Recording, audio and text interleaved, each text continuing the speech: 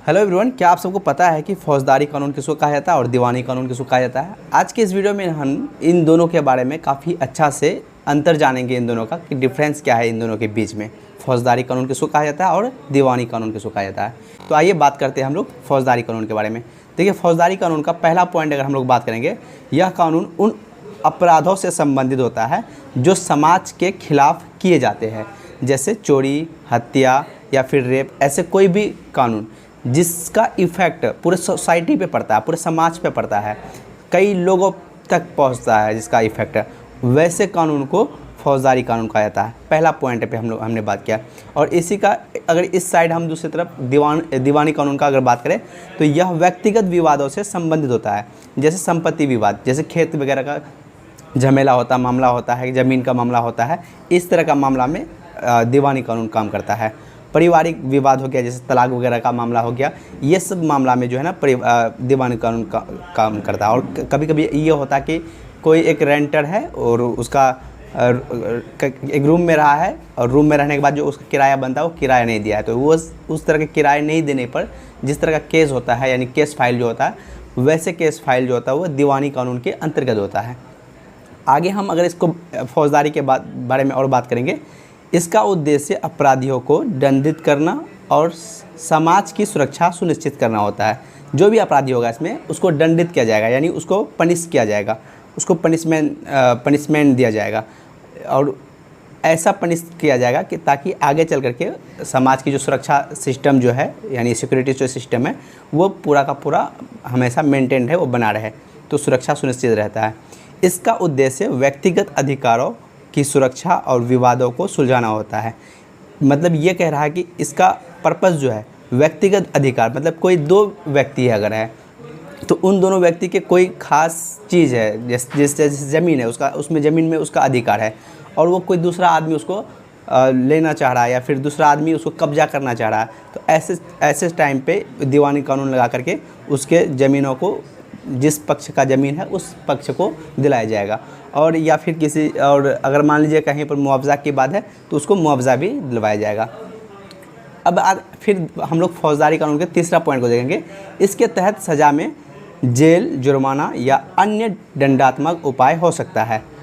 फौजदारी कानून में अगर केस फाइल हुआ है, फाइल होने के बाद उसका जो प्रोसेस है, प्रोसेस होने के बाद एंड ऑफ पॉइंट, मतलब जब मैटर का आखिर जाएगा, जब जो मामला रहेगा, मामला का जो आखिरी प्रावधान जो रहेगा, आखिर जो लास्ट में उसका जो निष्कर्ष होगा, वो या तो जेल जाएगा वो व्यक्ति जो भी अपराधी है, जिस पर आरोप लगा, अपराध जिस पर दर्ज किया गया था, और उस वैसे व्यक्ति जिस पर मतलब अपराध एक पुष्टि की कर दी जाएगी, वैसे व्यक्ति को जेल जाना पड़ेगा या उसको जुर्माना लग सकता है, या नहीं तो दंडात्मक उपाय तरीका से, मतलब दंडात्मक जैसे फांसी वगैरह या ऐसे कोई और जो व्यापक कठोर तरीका का जो सज़ा होता है वैसे सज़ा दी जाएगी। इसमें सज़ा के बजाय मुआवजा या संपत्ति का हस्तांतरण होता है। इसमें मतलब ये कह रहा है कि मुआवजा अगर देना है तो मुआवजा होगा, या उसका जिसका संपत्ति है वो संपत्ति उसको सौंप दिया जाएगा। अपराधी को इसमें सज़ा नहीं दी जाती है। आई बात समझ में? अब देखेंगे हम लोग फिर इसके अगला पॉइंट, यानी फौजदारी के फिर अगला पॉइंट देखेंगे हम लोग। अगला पॉइंट क्या कह रहा है इसमें मामला सरकार बनाम आरोपी के रूप में होता है। यानी जो भी मामला होता है ना, वो सरकार बनाम आरोपी केस लिखा रहता है। कभी कभी देखेंगे होंगे कई सारे केस कोई व्यक्ति बनाम उस सरकार ऐसे लिखा रहता है। बिहार सरकार, अगर बिहार सरकार के अंतर्गत कोई केस आया तो बिहार सरकार व्यक्ति बनाम बिहार सरकार, या भारत सरकार के अंतर्गत कोई केस आया है तो व्यक्ति बनाम भारत सरकार ऐसे लिखा रहता है। क्यों ये बनाम सरकार के लिखा रहता है? क्योंकि ये जो है ना अपराध समाज के खिलाफ है। यानी फौजदारी कानून के अंतर्गत जो भी अपराध आती है, यानी जो भी मामला आती है, जो भी केस आती है, ये केस ऐसा केस होता है जो सोसाइटी को इफ़ेक्ट करता है, जैसे हमने पहले ही पॉइंट में बता दिया था। तो ये पूरे का पूरे समाज के खिलाफ, यानी समाज को प्रभावित करता है। इसीलिए ये किसी एक व्यक्ति का ना होकर के ये पूरे समाज का मामला रहता है। इसीलिए जो अपराधी रहेगा, अपराधी के खिलाफ, मतलब आरोपी बनाम सरकार हो जाएगा। आगे इसमें देखेंगे, इसमें मामला दो व्यक्तिगत मतलब यहाँ इंडिविजुअल देखिएगा, व्यक्तिगत या संगठनों के बीच होता है, जैसे व्यक्ति बनाम व्यक्ति या फिर कोई व्यक्ति बनाम संगठन। जैसे कोई संगठन में कोई व्यक्ति काम कर रहा है, उसको लेबर के तौर पर वो काम कर रहा है और वहाँ पर उनको उनका जो भी मेहनत का पैसा जो है उनको नहीं दिया जा रहा है या नहीं दिया गया है या कई महीना का पैसे उसका रोक दिया गया है, तो ऐसे केस दीवानी कानून के अंतर्गत दायर होगा। और इस केस में जो व्यक्ति, मान लीजिए कोई मोहन नाम का कोई व्यक्ति है और किसी कंपनी में काम किया है, तो मोहन बनाम वो कंपनी होगा, ये कह रहा है। या फिर अगर कोई दो व्यक्ति के बीच में किसी तरह का लेन देन है और उस लेन देन को लेकर के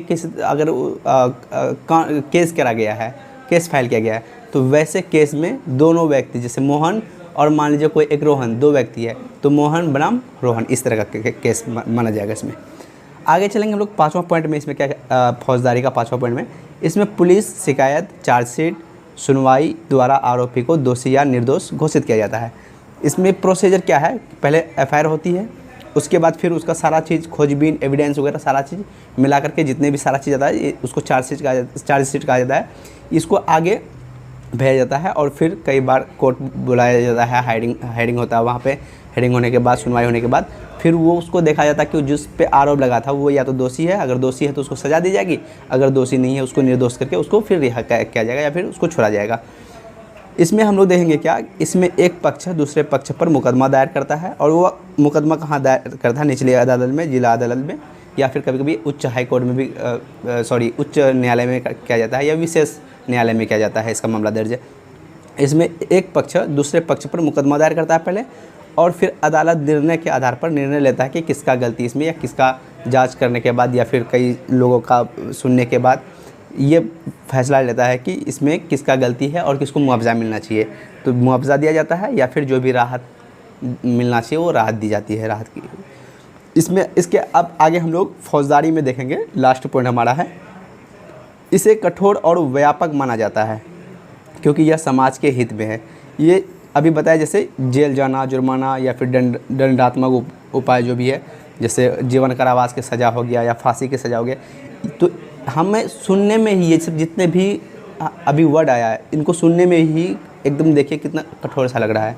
यानी इनका सज़ा जो है काफ़ी कठोर होता है और व्यापक भी होता है क्योंकि ये समाज के हित में है। इसमें कोई भी मामला अगर दर्ज होगा उसका इफ़ेक्ट पूरा का पूरा सोसाइटी पे पड़ेगा। मतलब अगर मान लीजिए कहीं पर चोरी हुआ है तो उसका इफ़ेक्ट किसी एक पर्सन पे नहीं, पूरे समाज पे पड़ता है। कहीं पर हत्या हुआ है तो किसी एक पे नहीं, पूरे समाज पे इफ़ेक्ट पड़ता है।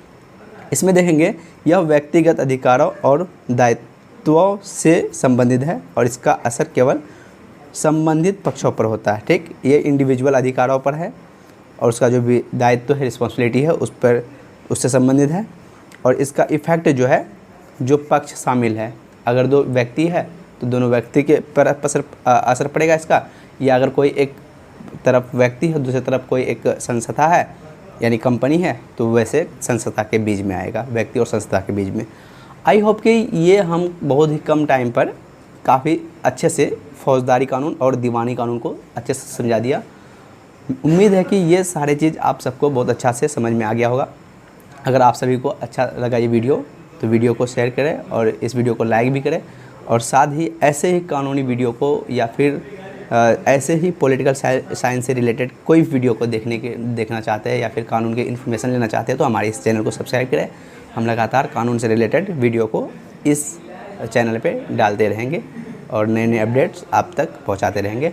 बहुत बहुत शुक्रिया अंत तक बने रहने के लिए। जय हिंद।